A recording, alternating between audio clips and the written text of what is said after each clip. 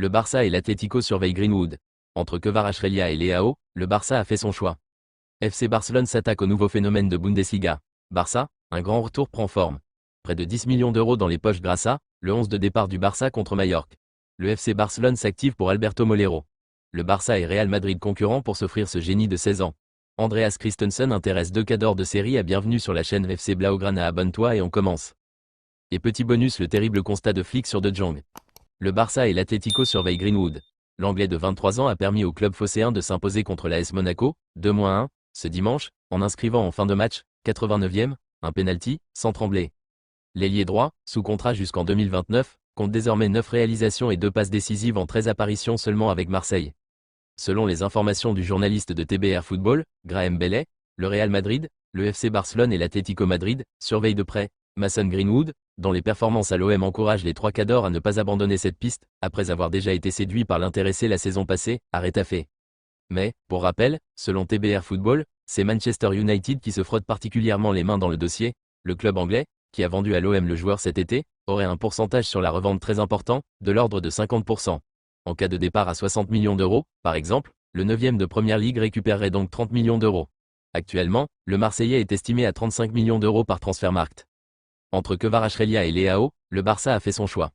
Barcelone cherche toujours à recruter un ailier gauche de premier ordre l'été prochain, après avoir raté Nico Williams lors du dernier mercato. 2 des noms qui ont été évoqués pour remplir cette description sont les stars de la série A Khvicha Kvaratskhelia et Raphaël Leao. Le premier est actuellement en conflit contractuel avec Naples et devrait coûter au moins 80 millions d'euros l'été prochain, mais cela impliquerait une négociation avec le propriétaire Aurelio de Laurentiis, qui est notoirement difficile à négocier. Cependant, Sport affirme qu'il est considéré comme une option plus viable que Leao de l'AC Milan, qui n'est actuellement pas dans les meilleurs termes avec l'entraîneur Paulo Fonseca. Le quotidien catalan note que les deux seraient désireux de rejoindre les Blaugrana, mais que Kvaratskhelia serait plus viable économiquement en raison de ses exigences salariales, et a également l'avantage d'être le plus jeune des deux. Leao était lié à un départ l'été dernier, mais Milan aurait demandé plus de 150 millions d'euros. L'article ne mentionne pas Nico Williams, qui serait toujours leur premier choix pour le poste l'été prochain. Cependant, tout transfert pour lui dépend de la priorité de l'ailier basque pour Barcelone l'été prochain. De même, tout cela est hypothétique pour le moment, Barcelone étant toujours bien au-dessus de sa limite salariale et limité dans sa capacité d'investissement. FC Barcelone s'attaque au nouveau phénomène de Bundesliga. Le FC Barcelone s'est vu chaudement recommander le profil d'un milieu de terrain en pleine ascension du côté de la Bundesliga, Angelo Stiller. Un talent sans doute trop cher pour les finances catalanes, le FC Barcelone, en quête de renouveau après des changements majeurs sur le banc et dans la gestion de l'équipe, a été conseillé de garder un œil attentif sur Angelo Stiller. Ce jeune milieu de terrain de 23 ans, qui brille actuellement au VfB Stuttgart, est présenté comme l'un des talents les plus prometteurs du football allemand.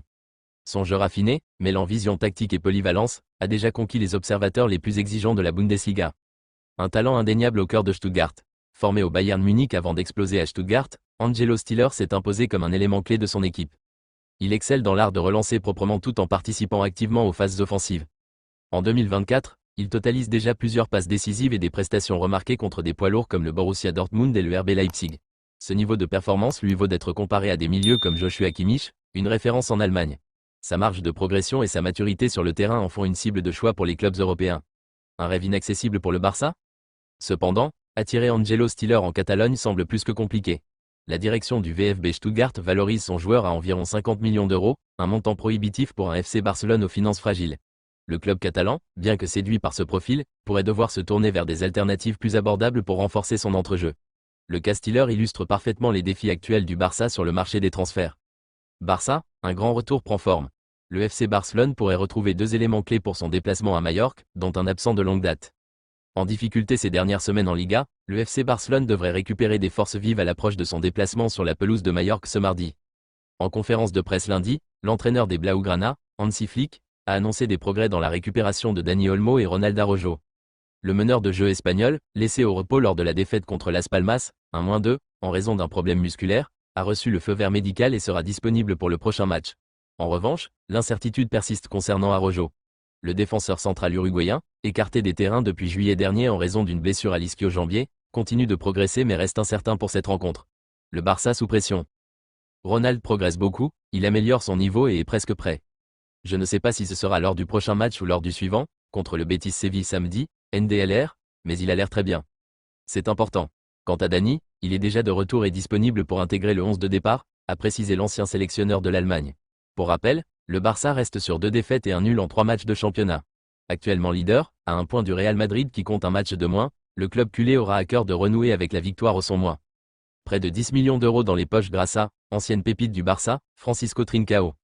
Francisco Trincao, l'ailier portugais du Sporting CP, continue d'attirer l'attention des grands clubs européens grâce à ses performances éclatantes. Lors de la récente rencontre contre Arsenal, 1-5, des recruteurs du Bayern Munich et de Manchester City étaient présents en tribune, selon Ojogo. Le FC Barcelone, qui avait vendu Trincao au Sporting en 2023, conserve un pourcentage sur une future revente, estimé à 20%. Une éventuelle transaction pourrait donc offrir au Blaugrana une rentrée d'argent bienvenue. Avec déjà 8 buts et 5 passes décisives cette saison, Trincao prouve qu'il est devenu un élément clé de son équipe. 5-10 millions d'euros tombés du ciel? Nous sommes très satisfaits de ses progrès, c'est un joueur avec un potentiel énorme, aurait confié un dirigeant du Sporting. Une mise aux enchères entre géants européens pourrait bien faire les affaires du Barça. Estimé à 23 millions d'euros, Francisco Trincao rapporterait au moins 5 millions d'euros au club catalan en cas de départ dès cet hiver. Le 11 de départ du Barça contre Majorque. Le FC Barcelone affrontera le RCD Majorque ce soir à 19h au Stade Campo de football de son mois. Avec les retours de Dani Olmo et Lamine Yamal à 100%, et le retour de suspension de Marc Casado, Flick devrait reconduire son équipe type. Toutefois, nous vous dévoilerons le 11 probable pour ce match. Le 11 probable. Pour le 11 de départ, Flick pourrait opter pour un 4-2-3-1. Ainsi, on s'attend à voir Iñaki Peña dans les buts, avec Jules Koundé et G. Martin sur les côtés de la défense. La paire centrale sera probablement formée par Inigo Martinez et Pau Cubarsí. Marc Casado devrait être aligné en milieu défensif, avec Pedri et Dani Olmo pour former le trio du milieu de terrain, tandis que Lamine Yamal et Rafinha occuperont les postes d'ailier. Robert Lewandowski sera positionné en avant-centre. Le FC Barcelone s'active pour Alberto Molero. Les dirigeants du FC Barcelone ont passé la vitesse supérieure concernant le jeune joueur, Alberto Molero. Depuis plusieurs mois, la formation du FC Barcelone surveille de près Alberto Molero. Milieu offensif de 21 ans, ce dernier évolue sous les couleurs de Las Palmas. Sous contrat jusqu'en 2026, il pourrait rapidement faire l'objet d'une offre. Selon le média Todo Fichares, des discussions seraient en cours entre les deux clubs. Le club catalan serait proche de faire une première proposition. Il s'agit d'une offre de 20 millions d'euros plus 10 millions d'euros de bonus. En cas d'accord, le joueur ibérique resterait dans son club sous forme de prêt jusqu'en juin prochain. L'Atlético Madrid, Arsenal ou encore le Bayer Leverkusen suivraient aussi ce dossier. Le Barça et Real Madrid concurrents pour s'offrir ce génie de 16 ans. Le Real Madrid et le FC Barcelone, les éternels rivaux de la Liga, sont prêts à se livrer une nouvelle bataille pour recruter un jeune talent géorgien, Saba Karebashvili, arrière-gauche de 16 ans. Évoluant déjà en équipe première du Dynamo Tbilisi, Karebashvili a, malgré son jeune âge, participé à 25 matchs professionnels. Cette précocité et son potentiel impressionnant font de lui un profil très convoité par certains des clubs les plus prestigieux d'Europe. Le Real et le Barça suivent notamment de près la progression de l'arrière-gauche géorgien. Le début d'une lutte entre géants. D'après la Gazzetta dello Sport, ce sont désormais les équipes de recrutement des deux géants ibériques qui mènent une lutte acharnée pour convaincre le jeune joueur et son entourage. Avec d'autres écuries européennes également sur le coup, la bataille pour Karebashvili pourrait être un nouveau feuilleton passionnant. Andreas Christensen intéresse deux cadors de Serie A. Deux cadors de Serie A se seraient positionnés pour accueillir Andreas Christensen en vue de la prochaine saison. Actuellement blessé au tendon d'Achille, le défenseur central Andreas Christensen doit retrouver le terrain au mois de janvier. Lié jusqu'en juin 2026, le joueur de 28 ans aurait des pistes pour la prochaine saison. Selon les informations de Sky Italia, deux clubs de Serie A lui feraient les yeux doux. Il s'agit de la Juventus Turin et de l'Inter Milan. Actuellement, l'international danois est estimé à 30 millions d'euros. L'été prochain, sa valeur devrait baisser aux alentours de 20 millions d'euros. Et petit bonus, le terrible constat de Flick sur De Jong. Hansi Flick devient de plus en plus fataliste avec Frenkie De Jong. Depuis le début de la saison et l'arrivée d'Hansi Flick sur le banc du Barça, les pépites de la Masia ont pris le contrôle. Dans l'entrejeu, l'importance de Fermín López n'a fait que grandir tandis que Marc Casado a explosé, le tout accompagné par Pedri, débarqué en post-formation en Catalogne, sans oublier le retour de Gavi aux commandes après une année sans pouvoir jouer après sa rupture des ligaments croisés. Des performances qui ont quasiment fait oublier un certain Frenkie De Jong.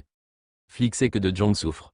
Le Batave âgé de 27 ans, blessé l'an dernier et qui avait raté l'Euro cet été avec les Pays-Bas, a pu faire son retour sur le rectangle vert le 1er octobre dernier en Ligue des Champions contre les Young Boys de Berne. Depuis, il est surtout sur le banc des remplaçants et n'a connu que 2 titularisations. Comme le dévoile le quotidien Sport, l'ancien de l'Ajax Amsterdam souffre toujours de la cheville, c'est la raison pour laquelle il est encore utilisé avec parcimonie par son entraîneur. C'est aussi pourquoi le technicien allemand compte peu sur lui pour la suite de la saison, conscient qu'il peut à tout moment le voir retourner à l'infirmerie. Et alors que son contrat court jusqu'en 2026, cela a des chances de véritablement interroger sur son avenir en Catalogne. Pour résumer, Hansi Flick devient de plus en plus fataliste avec Frenkie De Jong. En effet, le coach du Barça voit qu'il est toujours en difficulté avec sa cheville, c'est la raison pour laquelle il ne lui fait plus vraiment confiance.